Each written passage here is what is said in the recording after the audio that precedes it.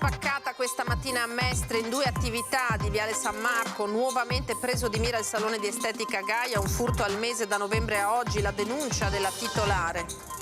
Babysitter aggredita e rapinata in pieno giorno mentre in bici stava andando a prendere il bimbo alla materna, il fatto a Mestre, sempre in Viale San Marco.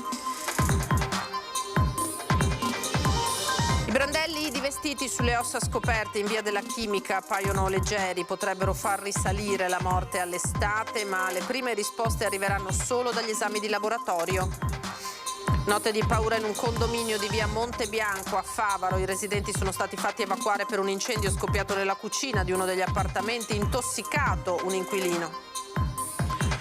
Camerieri e addetti ai piani e governanti rischiano tutti il licenziamento dopo l'annuncio di chiusura dell'hotel a San Giuliano a Mestre per gli albergatori. I sindacati non hanno risposto alle proposte. Caos passaporti in provincia di Venezia, disdette a pioggia in 7 agenzie su 10 per 13.000 euro di incassi persi. A dirlo i dati di Assoviaggi Confesercenti. Ritirati questa mattina in regione i moduli per la raccolta firme a sostegno di una proposta di legge per il suicidio medicalmente assistito. Inizia la raccolta di adesioni in tutto il Veneto.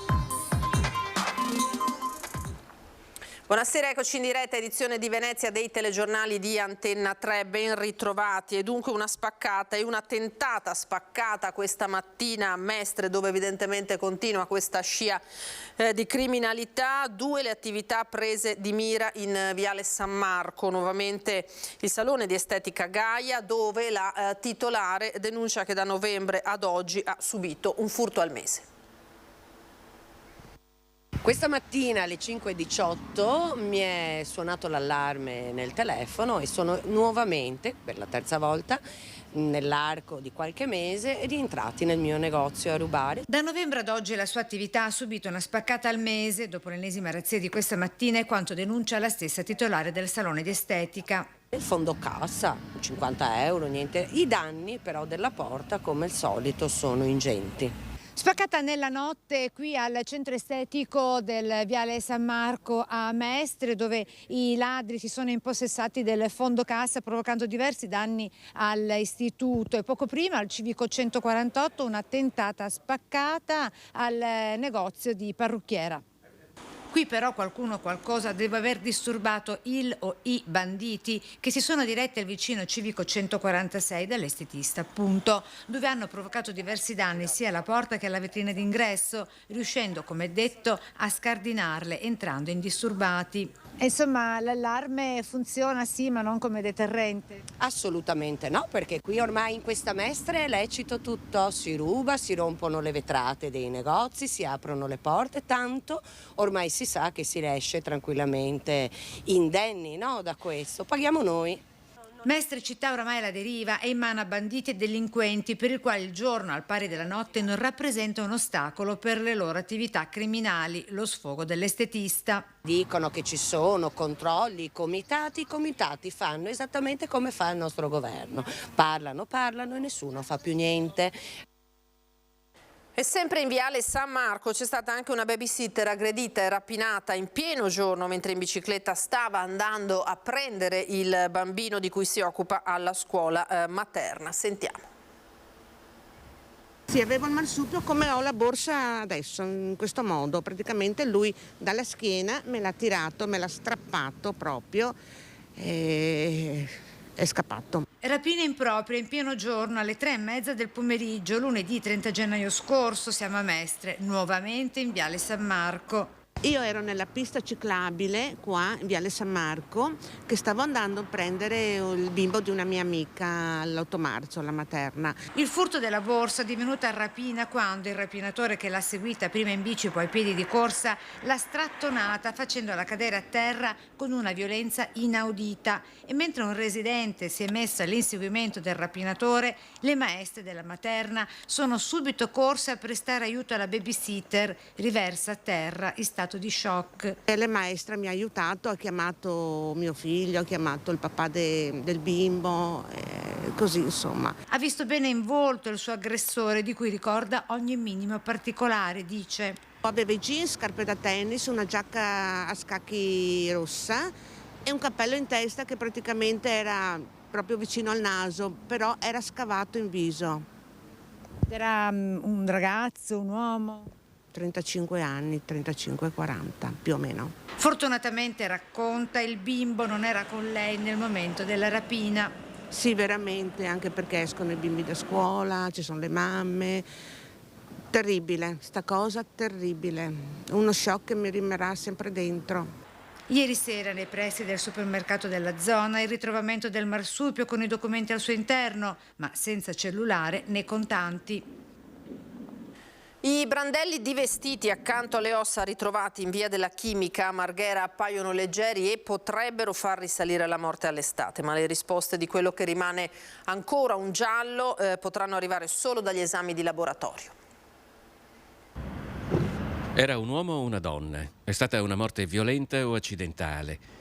Tutti gli interrogativi rimangono aperti, appesi al risultato delle analisi di laboratorio già disposte sui resti umani scoperti lunedì in via della Chimica a Marghera, in uno stato tale da rendere impossibile qualsiasi ipotesi se non quella che dovessero trovarsi lì da parecchio tempo, in una zona industriale in cui a piedi non passa nessuno, all'ombra di pile di container alte come condomini, tra i rifiuti e le erbacce di un'isola verde a 2 passi da una strada percorsa da un traffico infinito di mezzi pesanti. Il ritrovamento è avvenuto casualmente proprio durante dei lavori di manutenzione del verde pubblico svolti da una cooperativa di Favaro. È una cooperativa che lavora per il comune e che contribuisce al reinserimento sociale di persone che hanno avuto dei problemi con la legge, quindi che si trovano a svolgere dei lavori di pubblica utilità, quindi dei lavori che servono, perché il verde è di tutti, a tutti, ecco. I vestiti indossati, di cui sopravvive poco, sembrano leggeri, circostanza che farebbe pensare ad un decesso avvenuto durante un periodo caldo. È stato un giovane ucraino che lavora per la cooperativa di Favaro a trovare casualmente i resti. Hai avuto modo di parlare con questo ragazzo? No, ancora no, però nei prossimi giorni mi sono ripromesso di chiamarlo per sentire un attimo, perché francamente è una vicenda che inquieta molto. So che stanno facendo delle ricerche sulle persone che sono state scomparse per capire col DNA se poi è compatibile con qualcuno di questi scomparsi. Speriamo che ne venga accertata l'identità quantomeno, e spiace anche per questa notizia francamente. E un'altra tragica notizia, il rinvenimento del corpo senza vita nella zona dei giardini della Biennale a Venezia di una ragazza di appena 17 anni di Spresiano, nel Trevigiano, che ha scioccato in queste ore l'intera comunità. La ragazza si era allontanata da casa lunedì sera, è stata trovata priva di vita il giorno dopo. Una fine tragica con ogni probabilità dovuta a un gesto estremo che sta scuotendo Spresiano e ha travolto naturalmente la famiglia della ragazza. Notte di paura in un condominio di via Montebianco a Favaro. I residenti sono stati fatti evacuare dai vigili del fuoco per un incendio scoppiato nella cucina di uno degli appartamenti. Sono potuti rientrare nei loro appartamenti solo alle 2 del mattino i residenti di questo condominio in via Montebianco a Favaro. I vigili del fuoco erano appena riusciti ad evitare che un incendio scoppiato qualche ora prima al secondo piano potesse estendersi al resto dello stabile. Le cause del rogo sono al vaglio dei tecnici dei vigili del fuoco. Ciò che è certo è che le fiamme sono divampate dalla cucina, distruggendola completamente, danneggiando delle malte e del laterizio del tetto e producendo un denso fumo che ha causato danni al resto dell'appartamento, prima di invadere il vano scale della palazzina. L'uomo che si trovava in casa è rimasto intossicato. L'incendio è scoppiato verso le 22:30 e il proprietario stava a letto, quindi si è accorto relativamente quasi subito che il suo appartamento stava prendendo fuoco, quindi ecco. Sono stati momenti di paura. Lei ha avuto modo di sentire come sono le sue condizioni ultimamente, almeno in questi minuti? No, ancora no, perché appunto so che la polizia locale è intervenuta, è andata anche a interessarsi questa notte all'ospedale ed è ancora in sotto osservazione. I vigili del fuoco sono arrivati da Mestre alle 22:40 con 2 autopompe, un'autobotte, l'autoscala, il carro aria e 16 operatori coadiuvati dal funzionario e caposervizio. Un intervento che ha evitato conseguenze peggiori in un condominio abitato da decine di famiglie. L'ex sindaco e consigliere di maggioranza di Santa Maria di Sala, Ugo Zamengo, si è recato lunedì in municipio per presentare le dimissioni dopo aver ottenuto il permesso di allontanarsi dai domiciliari da parte del GIP. L'inchiesta sul presunto giro di tangenti che ha coinvolto 6 persone da una decina di giorni ha sconvolto il mondo politico salese e ha riguardato anche l'ex sindaco Nicola Fragomeni, il quale ha presentato le dimissioni con un'email ma non lo ha fatto ancora fisicamente recandosi in comune. Lo scranno di Zamengo in consiglio comunale verrà occupato da Michael Nebradiga, mentre per l'ingresso ufficiale di Angela Carrillo, l'altro nome classificato tra i primi non eletti alle elezioni comunali della scorsa estate, bisognerà aspettare la presentazione delle dimissioni di Fragomeni. È facile quindi che il consiglio comunale straordinario invocato dalle opposizioni slitti oltre la data del 6 di febbraio.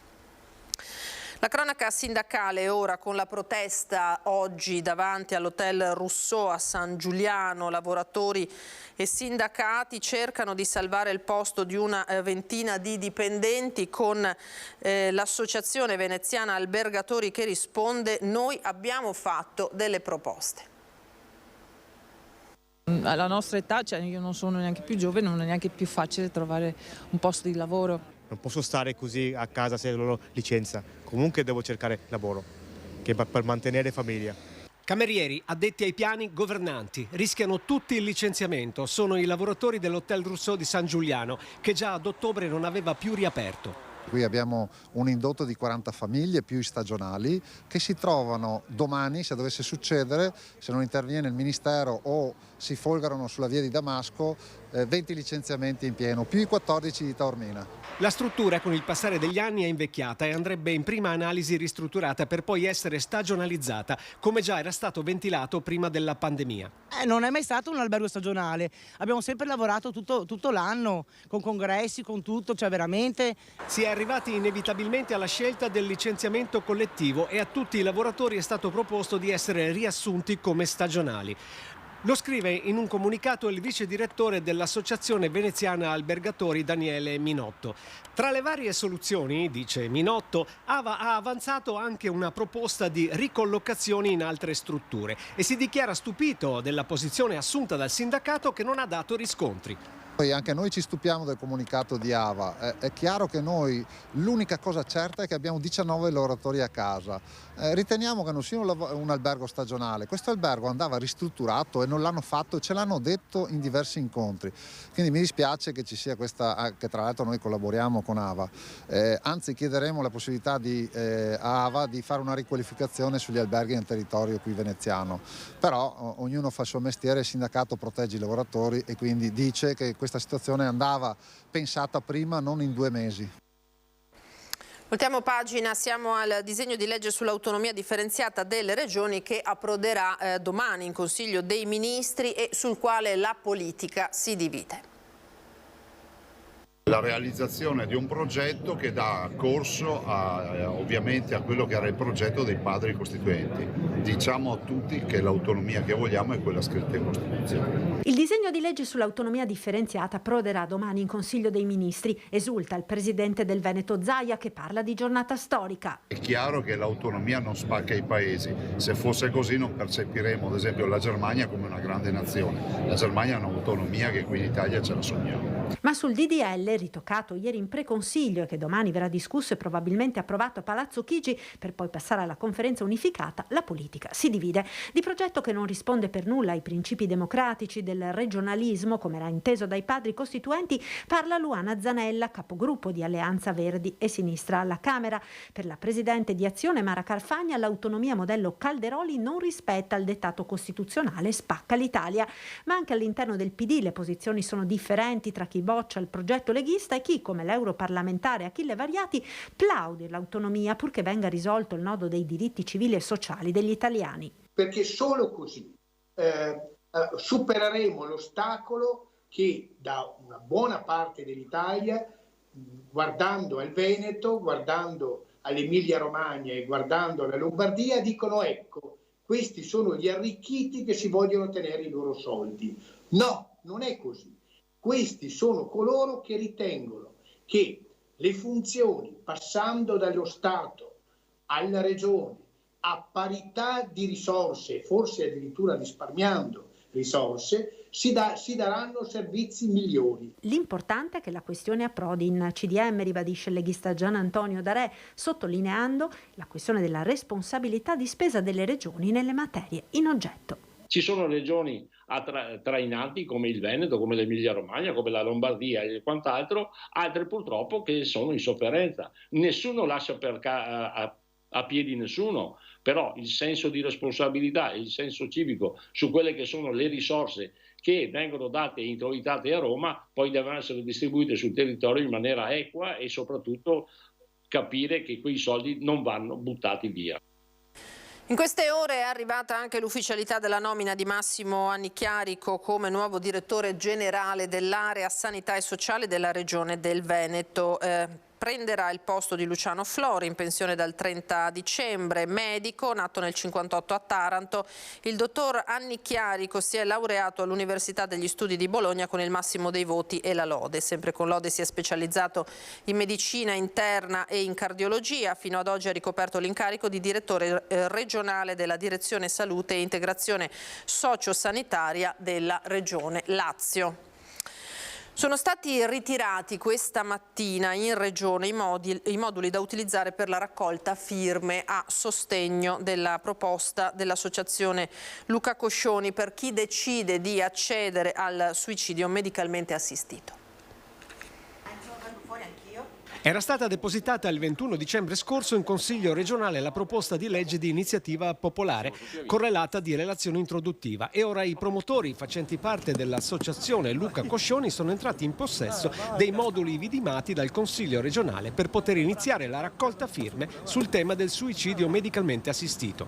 Con questa proposta di legge noi vogliamo specificare bene, ci sono 5 articoli, le procedure e i tempi in maniera tale che una persona non aspetti, abbia tempi certi e non indefiniti. La procedura è quella che è stata attuata nel Veneto rispetto alla domanda di Stefano Geller di Cassola. Lui ha ricevuto una risposta, è stata attuata una procedura che è presente in questa proposta di legge. I tempi sono invece più ravvicinati, sono più corti e nel totale dalla prima richiesta alla risposta dell'USL, noi diciamo che ci vogliono in questa proposta 20 giorni. Nonostante la possibilità di ottenere questo tipo di aiuto, il Servizio Sanitario Nazionale non garantisce modalità e tempi certi per effettuare le verifiche e per dare risposte alle persone malate che hanno fatto richieste di accedere al suicidio medicalmente assistito. Nella proposta vengono specificati alcuni punti su tempi e procedure affinché il diritto garantito dalla sentenza della Corte sia efficacemente fruibile. Nel primo articolo sono elencate le condizioni per poter richiedere l'accesso al suicidio medicalmente assistito. L'articolo 2 disciplina gli obblighi delle aziende sanitarie regionali rispetto alle richieste che perverranno dalle persone malate. L'articolo 3 disciplina i tempi di risposta delle aziende sanitarie rispetto alla richiesta della persona malata. La raccolta firme inizierà il 4 febbraio nei vari punti allestiti all'interno degli spazi scelti tra i comuni del Veneto. L'associazione Coscioni punta a raccogliere le oltre 7.000 firme necessarie per proporre al Consiglio regionale del Veneto il testo di legge regionale. Ora parliamo del caos passaporti, perché a Venezia ci sono disdette a pioggia per 13.000 euro per agenzia di viaggio, così dai dati di Assoviaggi Confesercenti. I tempi lunghi per il rilascio dei passaporti costano alle agenzie di viaggio perdite ad oggi a livello nazionale per 150 milioni di euro. I numeri di Assoviaggi Confesercenti, i cui associati hanno ricevuto una pioggia di disdette, ben 80.000. Anche in provincia di Venezia ne sono saltati in media 7 per agenzia, per circa 13.000 euro di vendite non effettuate. Questa è una situazione che si è venuta a creare dopo post-Covid.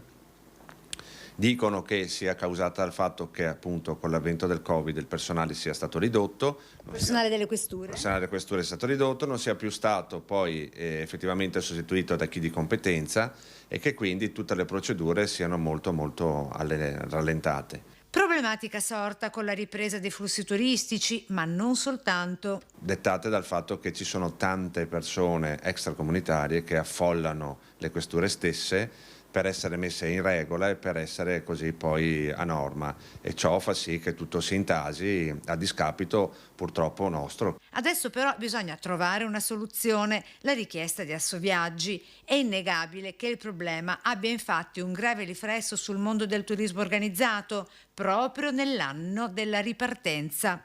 Dobbiamo lavorare per poter portare avanti insomma la nostra attività. Vigili del fuoco al lavoro a Venezia in assistenza a un intervento di riparazione per una perdita nelle condotte di gas nel sestiere di Cannareggio. La perdita di gas è stata localizzata sulla condotta di bassa pressione in fondamenta Venier a pochi passi dal Ponte delle Guglie. L'intervento si è svolto in mattinata e queste le avete visto e sono le immagini relative proprio a quell'intervento. Il presidente del Comitato Veneto della FIGC, Beppi Ruzza Mestrino, rende omaggio a Carlo Tavecchio, ex presidente della Federazione Italiana Gioco Calcio, scomparso nei giorni scorsi all'età di 79 anni per le complicazioni di una polmonite bilaterale. Carlo Tavecchio era un amico del calcio veneto, con Venezia sempre nel cuore. Fu lui, ad esempio, a voler portare l'Italia Under 21 a Sant'Elena, al Penso, per una partita amichevole Italia-Francia nel giugno 2016 in ricordo di Valeria Solesin.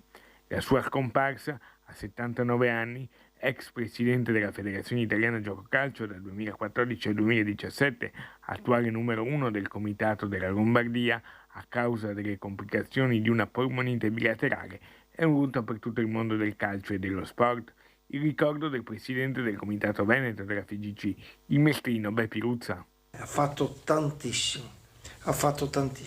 Un amico del Veneto, basta ricordare l'organizzazione delle 2 UEFA Regions Cup nella provincia di Padova, davano vinte ambedue dal Veneto.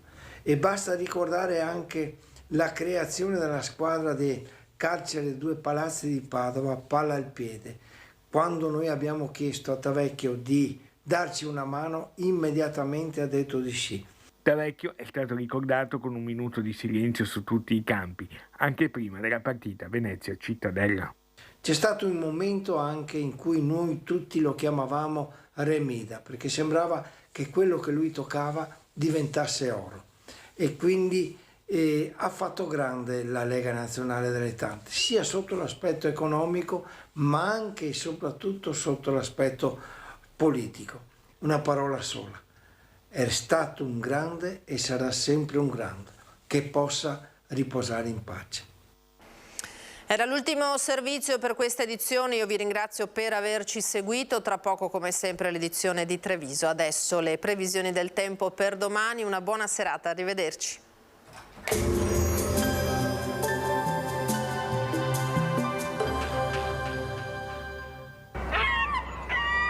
A Venezia, per le tue compravendite, Venis Immobiliare Cera, agenzia leader.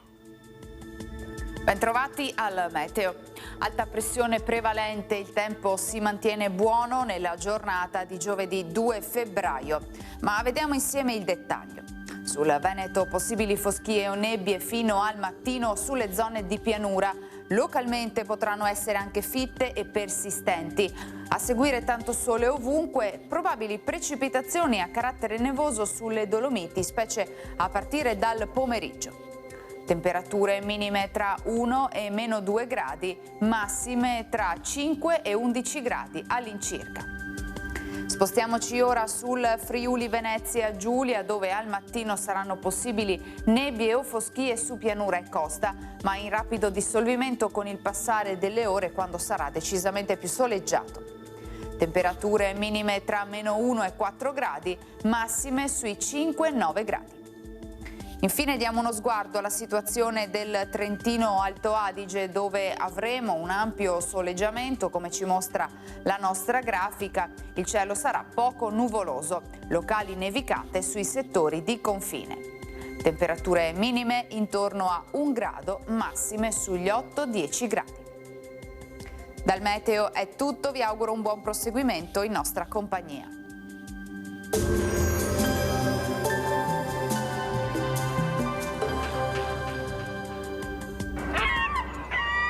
A Venezia, per le tue compravendite, Venis Immobiliare Cera, agenzia leader.